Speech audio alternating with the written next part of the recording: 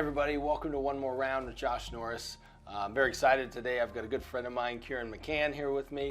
It's kind of cool because in a way, like, he was one of the guys that inspired me to get back into podcasting. He's been doing this since '01, Lunatic Radio.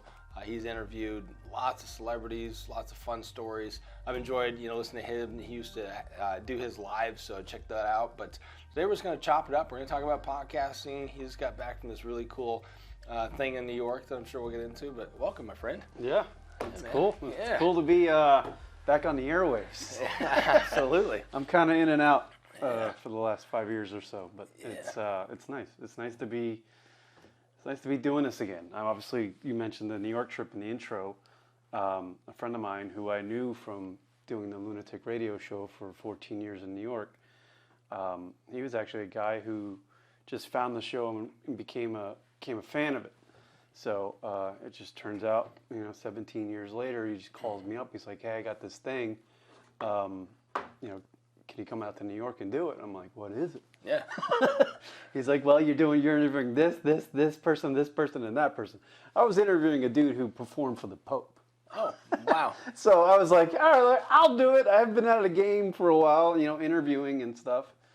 And I was like, "Oh, well, all right, let's do it." And the anxiety for a month just built up in my stomach, and I went out and did the interview stuff, and it was great. It really was. But well, I remember when you would tell me about it. It was cool because, like, you had just found out and you had gotten asked, and then it was like a sure thing, and you were like jotting down your notes on each one of the comedians. And, God! And that kind of thing. Yeah, it's interesting because when we began the Lunatic Radio show, I was like 20, 22, and I just ever since I was a kid, I always had an interest in radio because I used to listen to a guy named Don Imus, who was a legendary dude. He passed away. But he always seemed like he was having fun, and I was like, "Oh man, when I grow up, I want to do that," because it seems like that guy just wakes up and jokes around with his friends in the morning. Yeah. And Don Imus was more grumpy, but he was having fun. That was the impression I had. So when I got to college, I was like, when you're young, you're like, "I don't know how I'm gonna do it myself." Yeah. I was a liberal arts major. I mean, that's basically wasting mom and dad's money for a while, and then I decided to become an acting major. And I was just dancing around this, like, how do I get into radio thing? So I finally joined the college radio station, and I literally found out there was no one, like, hosting a show. No one was doing anything in there. So I just started, literally, I would just go there and play around with the equipment. And I was like, man, I don't want to just travel an hour and a half to do this every day here. I'll just figure out, because the internet was the advent of the internet. And I was just like, I wonder if I can buy DJ equipment and somehow... like plug that in, like the auxiliary into my computer, and I could record it on the internet and maybe get a website developed, and that's how it all started. And that was 2001. And so what was it like the first time you went into a studio and you have to fill time and you have to, like, figure out what to talk about? Were you, like, good right away? First of all, I sound like, "Hi guys." That radio voice doesn't come in for a while. He's like, "Oh my first guest is blah blah blah blah blah." Yeah, so I had to, like, really, I had to, maybe drink a few beers or something, get the voice lower. Smoke a few cigars. Yeah, maybe go through a couple growth spurts. Yeah, but it was, that's why I did that, because I was in that college radio station, and I was like, man, I don't want somebody really teaching me how to do this. I kind of just want to figure this out on my own, and I want to do my own thing. I want to create my own voice, and I want to be comfortable in my own space, which is pretty much what everybody does now. I mean, every podcast I watch these days seems like people are just laying on a couch talking into a microphone. Yeah, right. So they're comfortable. So I wanted to develop that. So I built my own little radio studio with DJ equipment, and I figured out how to get it on the internet. And I guess that was the birth of podcasting, but the word podcasting wasn't even a thing at that point. And and that's how the freaking show started. I actually paid some dude in India to build me a website for $500. Wow. And it was just a picture of me and one button that said play, and that was it. Like, so what was, like, the technology to play back then? Because I know there was a few different services that you could It was have. Before MP3s. Oh. So we had to use Real Media, I think, which was this. I think it was that. I remember that. And I had to get hosting, and I can only condense my audio file down to like 230 something megabytes. So I think my hosting company was telling me, he was like, you know, if you get like 200 more people that listen to this, you're going to be charged a fortune. Yeah. So I was like, all right, no one listened, but kind of listen. I don't know. Right. Yeah. Yeah, but it's, you know, if you're 199, let's just slow the roll and don't share it with anybody. Yeah, but it was funny as the years went on. I started to notice around the country other shows popping up. Yeah. You know, and it was actually people were starting to use the internet to do little radio shows. And actually, in San Francisco, a company popped up named Live 365, and it was actually a network, and where you could just upload your show to, and it just plays continuously. So we signed up for that because that brought in more folks, more ears to our thing, you know. And was it just you at the time, like when you were just starting, or did you? Yeah, you know, I would just grab friends, you know, whoever. But then about 3-4 years into the show's run, I met Adam, who AKA Rocket. And we just had a connection, and I was like, all right, everybody else go away. Yeah. This is my guy. Yeah. You know, and we also added third micers here and there throughout the run of the show, the 14 years or so. And and then, you know, getting back to your original question, it took us a while. It took us like 3-4 years just to find our voice and be comfortable and saying whatever we wanted, making sure we're not going too far over the line. We pushed the line. But, you know, and then we started in 2001 and 2005, we started incorporating celebrity guests, which I don't think anybody else was doing. I mean, I think our first guest we ever had was Dane Cook. And this is when, like, Dane was, you know, he was a stand-up comedian, and he was just dabbling in acting, and he was selling out Madison Square Garden in New York City. I mean, we had him calling in our show. Man, to that's talk, cool. and I was just like, all right, I think we're going to do something with this, you know? And that's when, we from that, we definitely hit the place where people are like, all right, boom. And then from that point, like when we started getting celebrities on the show, and guys that call in, like Bill Burr used to call in. He called in like 4 or 5 times. iTunes was around, and we would upload our show to iTunes, and we were like featured on iTunes for like 4 or 5 years in the notes and newsworthy, and that's when we really started. That's when Rock and I were literally after the show just talking like, dude, we're going places. Yeah. You know, be at Applebee's, going, yeah, we got it, bro. This is it. We're the next Opie and Anthony or Howard Stern or something. Yeah. I mean, it didn't pan out that way, but it was cool. It was a hobby. Most podcasting for folks is a hobby, and it was so cool to, you know, do our work, 9-to-5 work throughout the week, but then on the weekends, we got this fun and exciting thing to do, and we're talking to folks who are doing tremendous things in the world as far as comedy and entertainment and bands, and it was neat. Now, was there a favorite guest, like even if they were like recurring, that you just clicked with, that people may or may not know? I guess it doesn't matter. Yeah, we used to have somehow the band Filter. I don't know if you remember the band Filter from the '90s. Richard Patrick, he was a lead singer for a band Filter. He used to be in Nine Inch Nails. He was a dude that just latched onto our show and called in all the time, and not even talk music. He would just talk about like The Sopranos all the time. Yeah, you know, which was a popular show at the time on HBO. But yeah, I mean, guys like that, guys that like called in and weren't really talking about their careers, which was cool, and they would just shoot the crap with us, because that's basically what our show was. It was a hang. right. You know, there was no agenda behind it. The only purpose of it was to engage the listener and make them feel like a part of the community. We would always say on our show, you know, we're like the conduit for you guys to, you know, call in and have your own laughs. Yeah. Make jokes at us. We don't care. You know, it was just a place for somebody to play back the show and go and kind of zone out as they're working and laugh a little bit. That was the whole purpose of it. But yeah, I mean, we used to have Steve-O from Jackass fame. Yeah, He yeah. used to call in on because what Rock and I also wanted to do was be interactive with folks as much as possible. So we had this thing called the Drunk Call Hotline, which was just a voice messaging service. You would call, and instead of embarrassing yourself by calling your husbands, wives, girlfriends, boyfriends in calling somebody or DM. I guess you would call it DMing today, but back in those days, you would call somebody and be like drunk dial them. Instead of doing that, you would just call us and record a message, and we'd play it back and make fun of you. Oh, that's a great bit. So Steve-O used to call in and do like jackass stuff. He'd be like, "Hey, this is Steve-O," and he'd do the whole thing, and I'm like, "What the?" It was cool. It was really neat. Yeah. So being around celebrities, and I know you're not like a starstruck kind of guy because you've probably been around them, and people are people. Yeah, but was there ever one that you're just like, wow, man, this is insane. I'm talking to this dude or this girl.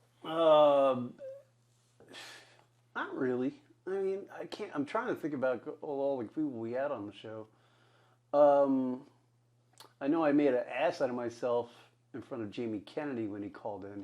He's an actor. Yeah, popular one. Yeah. Sometimes I would get sometimes when I'm like, somebody's on the phone or something, and I feel like I'm not vibing with them, and because Jamie Kennedy is like a guy who just does his shtick, and you just let him go. And I was like trying to interact with him, and I forget what I said to him, but I really made an ass out of myself on that phone call. But no, not really starstruck. They're just people. Yeah. They're people, but they have cool jobs. Yeah. That's the only thing that's different from them to us. Yeah.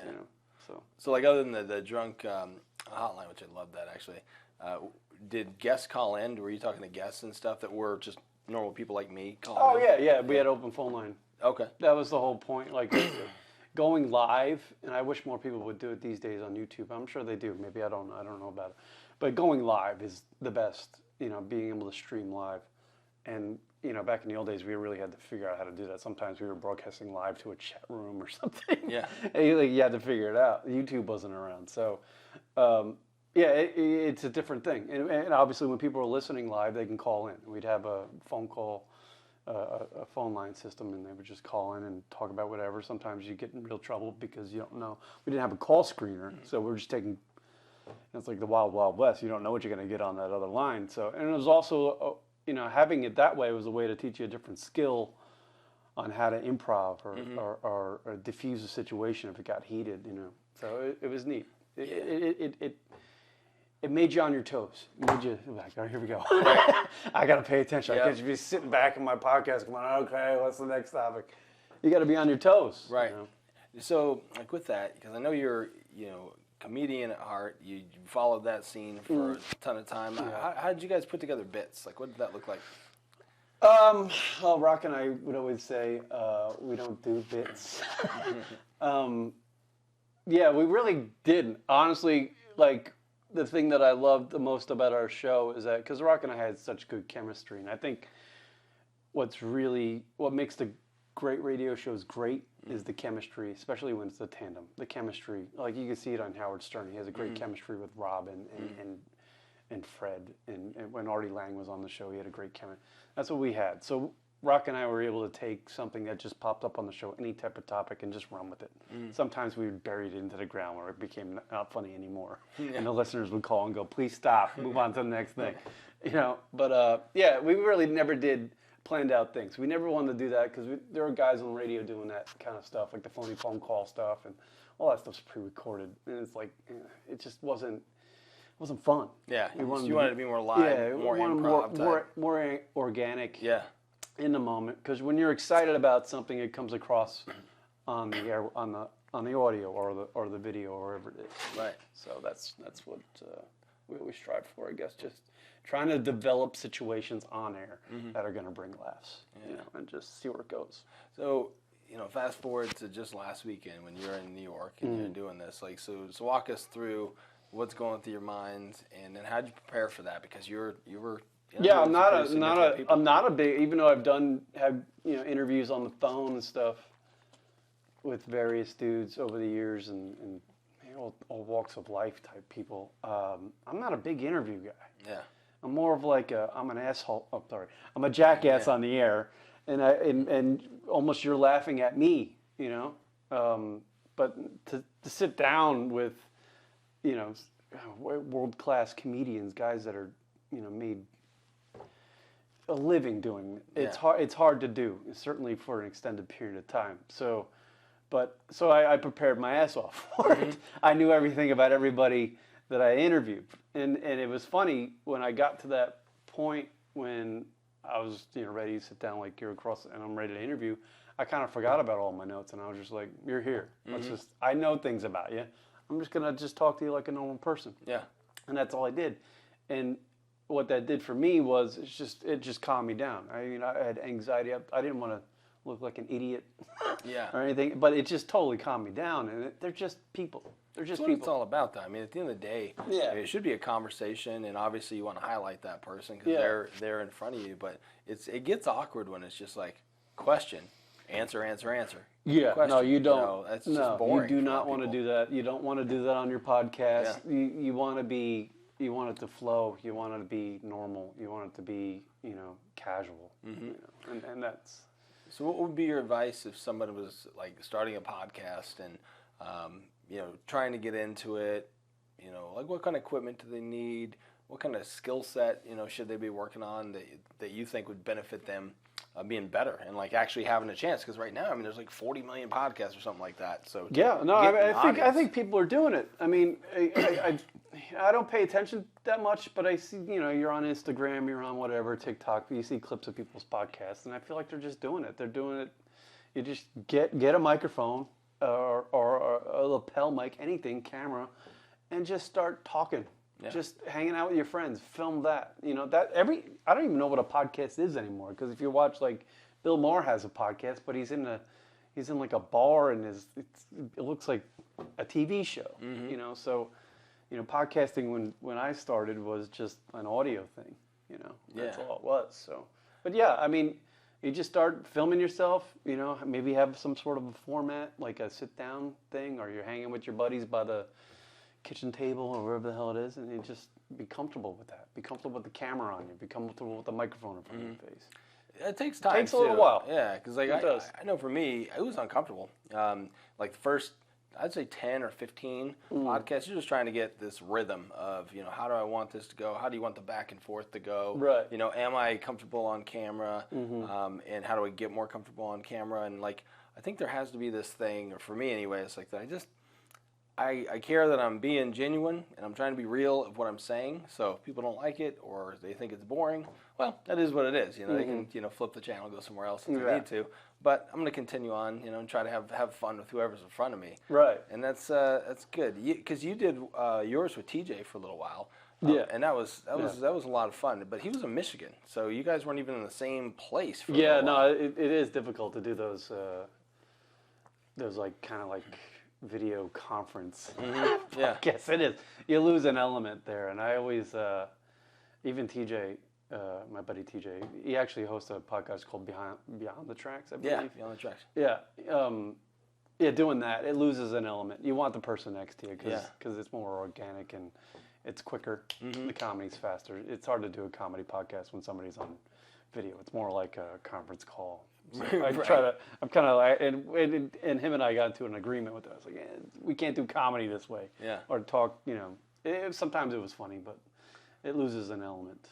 I agree. Like the in-person thing, and I've been asked from people at different parts of the country, like, hey, can I be on your podcast, this kind of thing. Yeah. I'm like, yeah, dude, if you're in Arizona and Tempe on a Friday, in the next couple of months, let's schedule it out. Like, oh, you don't do a video one? I'm like, no, I don't. Yeah. And granted, I mean, I know it. I know that limits the amount of people at this point that they can come on, but I want this. A lot of people are doing those video podcasts. Yeah. And click, nope. Yeah. I don't care if it's two girls with their boobs out. I'm not watching it. I don't care. I'm sorry if I said that. But I'm not watching it. I'm just, it's boring. You want the conversation to be entertaining. Yeah.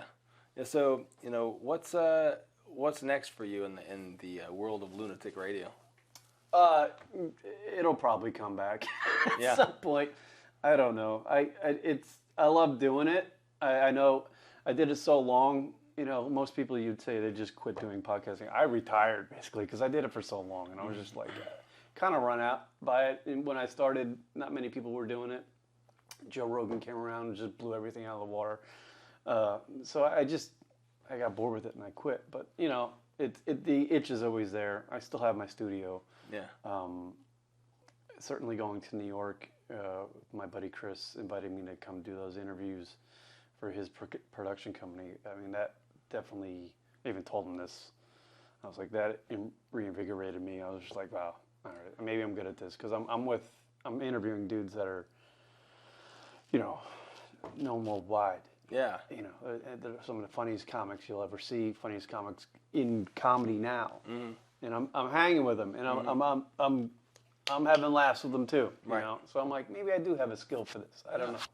Well, obviously, if you can hang with those guys, you don't want to waste it, right? You don't want to waste your skill. If my only skill in life is to have a conversation with somebody and have some laughs, laughs, and have a listener go, that's fucking funny, dude. Yeah. Well, no, it's kind of cool. Hank was asking how we met. I'm like, well, you used to live across the street from me. Yeah. Your brother lived across the street from you, yeah. and he had a bar in his garage. Yeah. And just one of those days where, I think he had invited me over a few times, and I'd finally come over, and then we were up till like 2 in the morning just having beers. And, we're closing it out always with the same song. Billy Joel. Yeah, Billy Joel. Piano Man. Like it was great. But like that's how we got to know each other. What was cool is like we had this like natural kind of vibe and just humor and all this kind of stuff. And I think I've asked you to be on the podcast a few times. Yeah. And I just wasn't doing anything. Yeah. I didn't know if it was like I was like, I got to do something. Have something to talk about, Yeah. I could talk about the old show forever, but once you're excited, I'm excited to be here because I did something, and I'm like, now I'm ready to get back in front of the camera or the microphone and do stuff. So. Cool. Now, the ones you just did in New York, when is that going to be out? Like, where can people find that? Well, that's out of my hands. I mean, that's somebody else's project. So I think they told me January. Okay. It'll be on like 40 different platforms or something like that. So I don't know which platforms they are, but the interviews will be put out in their own little series. So there'll be 10 of them, I guess, or 9 of them. And then clips of those interviews will be put out for a documentary about comedy and comedy and I honestly just want to thank my buddy Chris Italia, who owns the Stand Comedy Club in New York City. He did it. I mean, I had a world-class trip to New York. I mean, I was picked up every day, got a hotel. Everything was taken care of. My food, everything. It was just. I felt like when I was a kid and I was interested in doing radio before podcasting was a thing. The one thing my dream was to broadcast from atop a building in New York City, and I got to do that for 5 days. Wow. And that was like, if that's it. If that's it. If I don't do podcasting or anything, I'm good.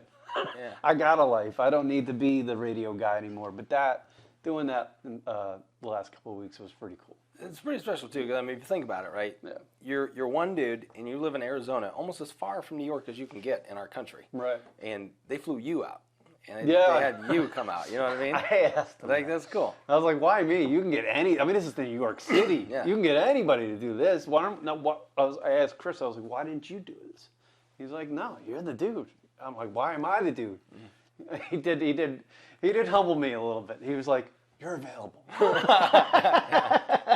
I was like, all right, that's fair, because there was one night, I just probably won't make anything to his stuff, so I can probably say this. There was one night, I had an interview scheduled for like 2 p.m., so I did that one, or 3 p.m., I did that one.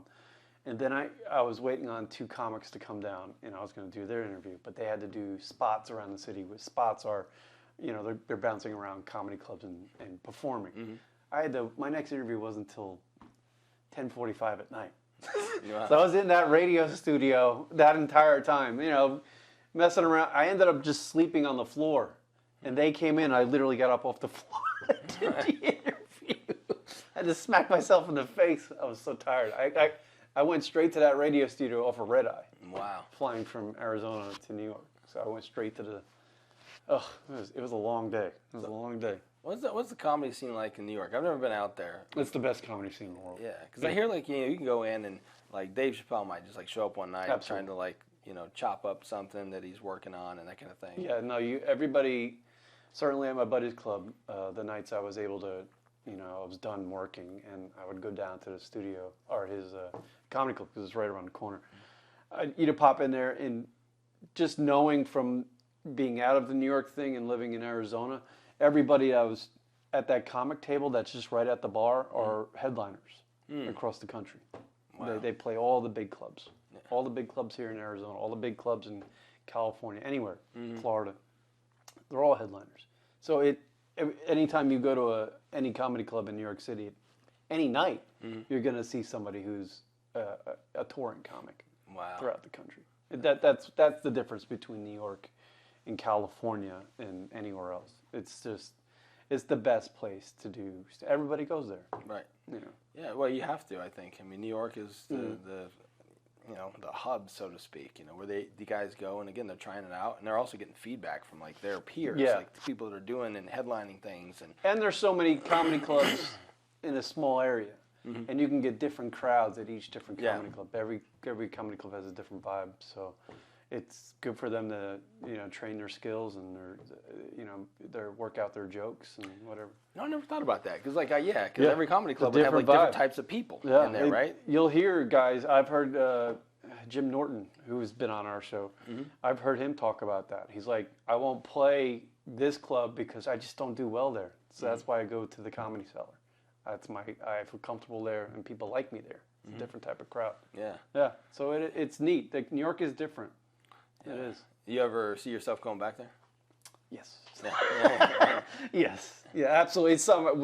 Our show originated from there, and we did 14 years there, and it's a different vibe. You feel important. It's something about it. The city's so big. People there are just straight driven. There's a lot of entertainment. There's a lot of people that want to get into the business. It's just even when there was like when I started, there was like two podcasts around. There was the Keith and the Girl in our show, and now it's just podcasts everywhere. So there's a vibe there. Yeah, it's the information capital of this country, maybe the world. So there's always things going on.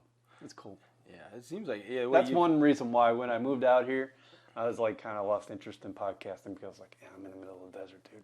Right. What am I going to talk about? And it's interesting, like having my podcast here in Arizona.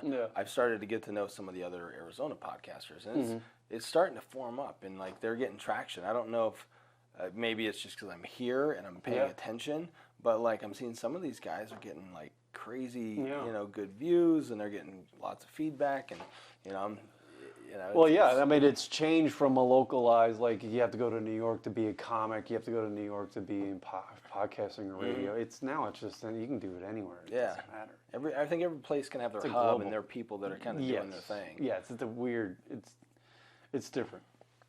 I think for stand-up comics, I think maybe that's still the vibe. Go to New York or California, Los Angeles. Yeah, that's how you get podcasting. You can do it anywhere. Yeah. So who are some of your favorite comics that you like to personally see? Bill Burr. I always champion him. He's one of my favorites. Because he was, he did our show. There's an interesting story with Bill. The first time he did our show, we were really excited to have him on, but he wasn't like the Bill Burr you know of today. He was just kind of an up-and-coming guy. I think he had maybe 1 hour special on HBO at the time, and my co-host and I, Rock, went to go see him perform at a New York City comedy club after that, and we went up to him and we were like, hey, you were on our show not too long ago, and he actually thanked us. He's like, man, thanks for having me on. That was really great. It was really cool for me to do your show. And I was like, ever since that, I was like, you're Bill Burr. You don't need to thank me for thanking you. Ever since that, he was so humble and nice, and I was just like, all right, no matter what you do in life, I don't care if you get canceled for the worst thing, I'm still going to support you, whatever you do.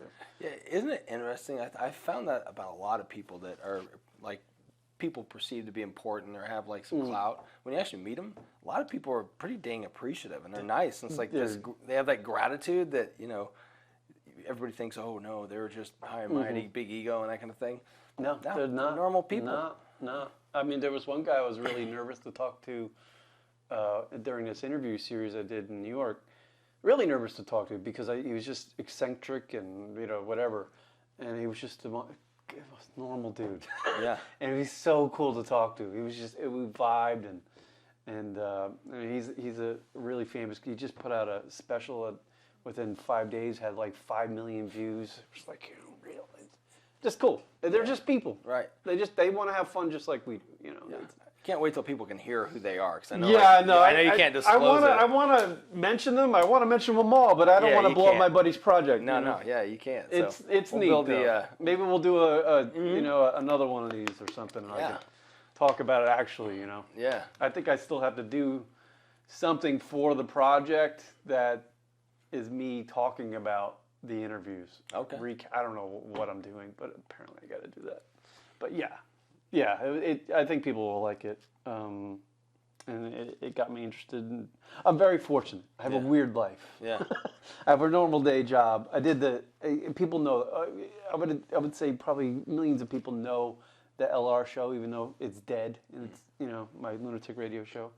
So it's I have this normal life, and then I have this kind of. I'm in entertainment a little bit, like an alter ego type a little bit. Yeah, it's weird. It's weird. People know a lot about me. I don't know. You ever had a crazy fan? Have I know you were texting with somebody the other day. Yeah. No, I'm not crazy. I used to call fans directly sometimes. Yeah. Get a little, if you have a few drinks, you're just like, I'm sure I'm not doing radio. Might as well just call the fans directly. Yeah. I've done that before. But they're not crazy fans. They're all really good people. Maybe. I'm trying to rack my brain. Yeah. There's a 56K modem, man. Yeah, right. Yeah. But isn't it like, there's got to be some people, or at least in 14 years, there's going to be people that know a lot about you. They've listened to your entire archive. Yeah. And then, you meet them or talking to them, and you're like, God, you know a lot about my life, and this is weird. Oh, yeah. Yeah, like sometimes, which a lesson I learned a bunch of times is never bring a relationship on the show. I made that mistake 3 times or so. So people would know about your relationship, and they would look your girlfriend up online or something. Yeah. And like they would be friends with her, and they don't even know. Oh, like this is bizarre. This is odd. It does have to be weird to date like the talent, of like a show like that, because I dated fans. Oh yeah, twice. How did that go? I met one directly on the air, like the first. Yeah. No, it went well, you know. But then like you have this mystique of like you're the radio guy, and then that wears off really quick. Yeah. When they meet you, they're like, oh, you're a normal guy. Yeah. Yeah. So, you had mentioned Joe Rogan a little bit ago, and since you are real in tune with this world, why do you think he blew up? Of all guys, I mean, he's just whatever he talks about, he's passionate about. Yeah, it's what comes across. Obviously, he's a very smart dude. Yeah, for sure. But he's passionate about I'm not interested in all the health stuff and the nootropics and all this. I was never interested in that before Joe Rogan popped on a podcast. Yeah. And he's passionate about it. So, I think with anybody, honestly, I'll listen to anybody talk about anything if they're passionate about it. You know what I mean? And truly, if it truly comes across as their passion, their passion. So it's a good point, because, I guess he's had his podcast going at this time, because he's been doing it for, 15 years, something like that. I think 2008. I know because I'm a... Oh, yeah. It was 2008. He used to do it in front of a laptop. Oh, yeah, okay. Literally just a laptop, a camera. That was it. Well, it's like I'm a big UFC fan. I've been forever. And I remember he was been the announcer with the other dude that always used to get real close to him, like he was about to kiss Joe. Which made me awkward and kind of funny. But he was such a good announcer. But to your point, he was just so passionate about UFC. Yeah. It didn't matter who was about to fight. He had stats on this guy, and I can't wait to see him. And I was grappling. I was at this place. And by the time he gets done talking, you're just like, damn, I can't wait to see this fight. Yeah. Fight might suck. Yeah. But he has this ability, I think, just to convey passion for something that maybe you wouldn't necessarily care about. Right. But I remember someone was talking about, says it doesn't matter if somebody believes what you're saying. They just need to believe you believe what you're saying. Right. And that's kind a good of point. Now I think about it, it's probably how he's kind of garnered this weird cult following. Yeah. And he got paid a grip of money to go to Sirius, didn't he? Yeah, it's a lot. Or Spotify. Is it Spotify? Yeah. Spotify. Yeah. He's killing it, dude. And it just shows. I mean, he's just really good at it. He's very smart. I don't know if I remember one time I thought he said he's like, I got a photographic memory, so he just brings up stuff. Yeah. You know, he knows a lot about a lot of different things, and he's got a lot of different passions, he's got his hands in a bunch of different things. So it's cool. You can draw from all that experience in life and just bring it forth on. Yeah, that's why he is what he is. I think that's what gets easier with anything, like just the cream rises to the top. Yeah, you know, how many podcasts are out there? You know, and he's the guy we all go to. Exactly. No, there's at this point, I think there's everybody. Yeah, I think we're millions and millions and millions of them. That's kind of why I faded away. I was just like, everybody's doing it. Yeah. I can't even like. Back when we started, I could say, oh, I do a podcast, and people are like, what the hell is that? Mm-hmm. Or I do an internet radio show. That's what we called it, internet radio, when we started. And Harris like, oh, what is that? Is that on a station? You know, they would have questions about it. Now you're at a bar, you say to somebody, oh, I do a podcast, and they're like, snooze. Yeah. you know, who doesn't? Yeah, the other question I always get is like, what was your podcast about? And like, I've got a nice canned answer now. Yeah. And it means way more than when I, first started it because, I got sick and came back and I kept doing this while I was sick and I feel bad for anybody who listened because I was like coughing through half of it. And I had to warn my guests. It adds another element. Yeah, and it was like, But you're right. Everybody does have one. Like my goal is just to freaking, have cool people on and that can connect with an audience. You just never know who they're going to connect with and where that audience is. And chances are most of my audience, like they know me in some fashion, we don't have like this huge audience and may never get huge. It doesn't really matter. But like, it's cool knowing that they're introduced to a different person that's in my life that they probably would never meet. And you're also giving your vibe out there. You like people get to know you just by watching. Yeah, exactly. Yeah. Try to. Yeah, that's basically like the Lunatic Radio show, the LR show. It was all dependent on whether or not people would like me. Mm-hmm. That's what it was. It was personality-driven talk radio. Yeah. And we didn't run it like a podcast, like, do the cold open, hey, it's a Lunatic Radio show. Welcome, I'm Kieran, and here's my guest today, or me and Rock are going to talk to you about this. It was a radio show. It had a whole production intro. Mm-hmm. It had breaks. It had sometimes we had actual advertisement commercials. Wow. That's how we ran it. We ran it like a radio show. And then when podcasting came around, it was just kind of, I guess we had to call it a podcast because that's what that was the word. Right. Yeah, it was still the same thing. That's how you identified it. Yeah. It's awesome. So what's next for you? What do you kind of foresee? I know you said you might bring the show back. Well, I'm going to get old. I know that. I'm going to get back to doing it at some point. I don't know when. Sometime soon. But also, I'm hoping for other opportunities in the future to do other things as well in the media type world. So I'll just, if that doesn't happen, I'll go back to doing it. I'll go back to doing the show. I know people DM me all the time and they're just like, dude, you're gonna come back? You're gonna do your stupid show? I'm like, yeah, at some point when I wanna. Right. Yeah. I gotta go play golf today. Yeah. I'll get back to it. But yeah, I just, I want to get. I need to be motivated. Sometimes you fall into the comforts of life, and you're just like, I'm gonna add the podcasting thing to it because it's a job. Yeah. To do it right, it's a job. Mm-hmm. I was talking to comedians in New York just this past week, and each comedian you meet has 3 or 4 producers that work for them to do their little TikTok clips or whatever it is, whatever graphics they need or stuff posted. Yeah.